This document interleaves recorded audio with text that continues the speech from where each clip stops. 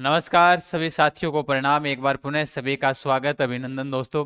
जैसा कि आप सभी साथियों को पता होगा कि राजस्थान के अंदर जो सफाई कर्मचारी भर्ती को लेकर एक फिर से चर्चा में आ गई और इस बीच में कुछ पदों की संख्या में भी बढ़ोतरी होगी।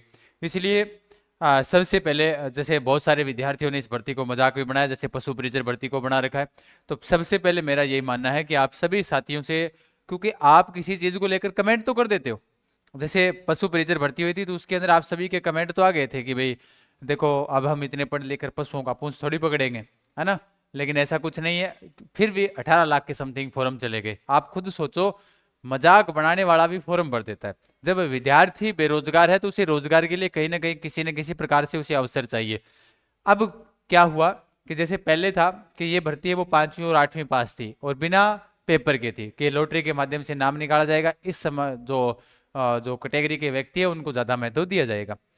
फिर इसी के अंदर क्या हुआ कि इसका जो अब आगे एग्जाम होगा, क्योंकि वो 10वीं पास इस भर्ती को कर दिया है, तो पहली बात तो आपको क्या पढ़ना पड़ेगा, कितना कुछ सिलेबस आ सकता है, उसके बारे में भी हम थोड़ी चर्चा करेंगे। साथ में सरकार ने भी कहा है, राज्य सरकार ने कहा था कि इस साल हम 70,000 समथिंग पदों पर हम इस साल भर्ती कराएंगे। अगले साल हम जो भर्ती करवाएंगे वो 1 लाख पदों पर होगी। तो ऐसे मानकर चलो, अगर बड़ी भर्ती बन जाती है तो पद तो हो गई ना, भर्ती तो हो गई, तो सरकार अपने वादे से नहीं मुकरेगी। अब चाहे वो 4th ग्रेड हो या 3rd ग्रेड हो, वो अपने पर मायने नहीं रखता। बस आपको उद्देश्य होना चाहिए तैयारी करने का।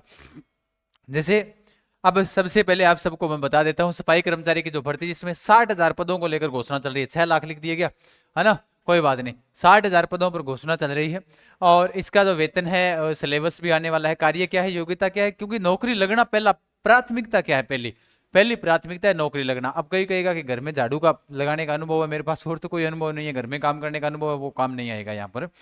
फिर दूसरी बात, जब आप बेरोजगार हो तो नौकरी पाने के लिए भैया सारे फॉर्म भरेंगे। अब देख लेना, 60,000 पदों पर अगर ये भर्ती आ जाती है, अनुमान बताइए कि 60,000 पदों पर मान लो 50 पर भी आ जाती है, तो भी मैं आपको कह रहा हूँ फॉर्म 15-20 लाख फॉर्म चले जाएंगे, क्योंकि सबको नौकरी चाहिए।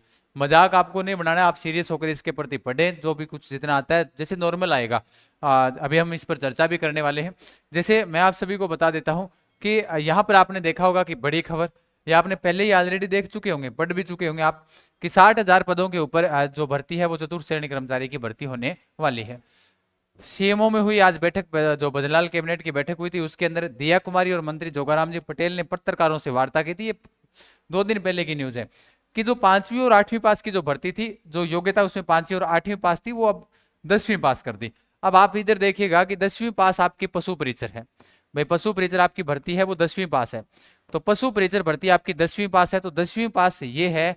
आप यहां पर भी 18 लाख फॉर्म भरे गए हैं, तो आप खुद सोच लीजिएगा, ये भी तो 4th ग्रेड ही है, तो ये वाली भी 4th ग्रेड है। अब क्या होगा, लिखित परीक्षा के माध्यम से होगी भर्तियां, यानी ये जो भर्ती है सफाई कर्मचारी वाली भी ये भी लिखित परीक्षा के माध्यम से होगी।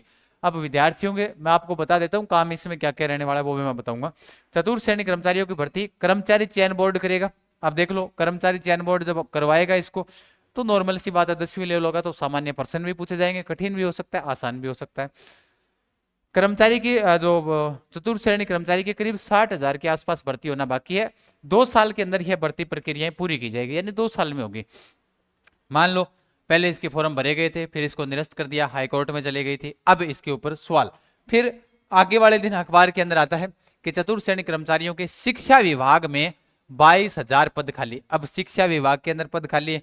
आपने देखा होगा, आप सरकारी स्कूलों में जब आप पढ़े होंगे, तो सरकारी स्कूल के अंदर क्या होता है कि एक वहां पर सहायक होता है कि नहीं होता, जो चाय वाय जलाता है, भाई चाय देकर आता है वो सहायक। जैसे छुट्टी होने पर घंटी लगा दी, घंटी बजा दी, तो जो कार्य किसके होंगे, वो सारे कार्य उस सहायक के होते हैं। इसको चतुर्थ श्रेणी में ना मानो आप।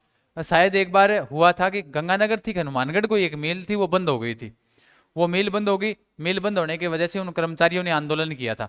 उन कर्मचारियों ने जब आंदोलन किया कि भाई हम इस मिल में थे, क्योंकि मिल लिमिटेड थी वो, तो उन्होंने जब आंदोलन किया तो उनको सरकार ने क्या किया था, स्कूलों के अंदर 4th ग्रेड के अंदर यहाँ पर सहायक के रूप में नौकरी दी थी उनको। 35-35, 40-40 हजार रुपये पेमेंट है उनका आज। तो इस चीज को लेकर आप कदापि भी डिमोटिवेशन होने की आवश्यकता नहीं है कि हम जो सफाई कर्मचारी में लगेंगे। कोई नहीं कहेगा आपको कल को जो सफाई कर्मचारी, क्योंकि शिक्षा विभाग के अंदर ही तो 22,000 पद खाली है। अब जैसे कोई गेस्ट आ गया, उसको चाय लेकर पानी लेकर जाना, स्कूल के अंदर जैसे समय से आना समय से जाना, बस वही कार्य रहेगा। अगर आपकी पढ़े लिखे होंगे तो नॉर्मल सी बात है, स्कूल वाले कोई ऐसा नहीं चाहते कि आपसे सारे दिन वही कार्य करो, कोई वो इतना ज्यादा कार्य भी नहीं होता। हो सकता है कि आप जब ज्यादा पढ़े लिखे हो तो आजकल क्या है कि स्कूलों में सहायक भी तो पढ़ा रहे हैं, जो सहायक के रूप में पढ़ाते हैं, आप वहां पर भी साथ साथ में पढ़ाओगे। कल को क्या पता, आगे का किसी को नहीं पता कि क्या भरोसा है कि आगे क्या होने वाला है क्या नहीं होने वाला। तो मेरा यही मानना है, जब ये भर्ती आएगी तो नॉर्मल सी बात है, जीके आएगा इसके अंदर। जब 10वीं लेवल की भर्ती है तो जीके आएगा, थोड़ा बहुत मैथ आ जाएगा, जैसे पशु परिचर के अंदर आया, और पशु परिचर में स्पेशल बी पार्ट उन्होंने दे दिया। यहाँ पर राजस्थान जीके आ जाएगा, थोड़ी बहुत साइंस आएगी और थोड़ा बहुत मैथ आएगा, उसके अलावा कुछ नहीं आने वाला, क्योंकि 10वीं लेवल की भर्ती है, उसके अलावा आने वाला क्या है। तो इसलिए तैयारी जरूरी है।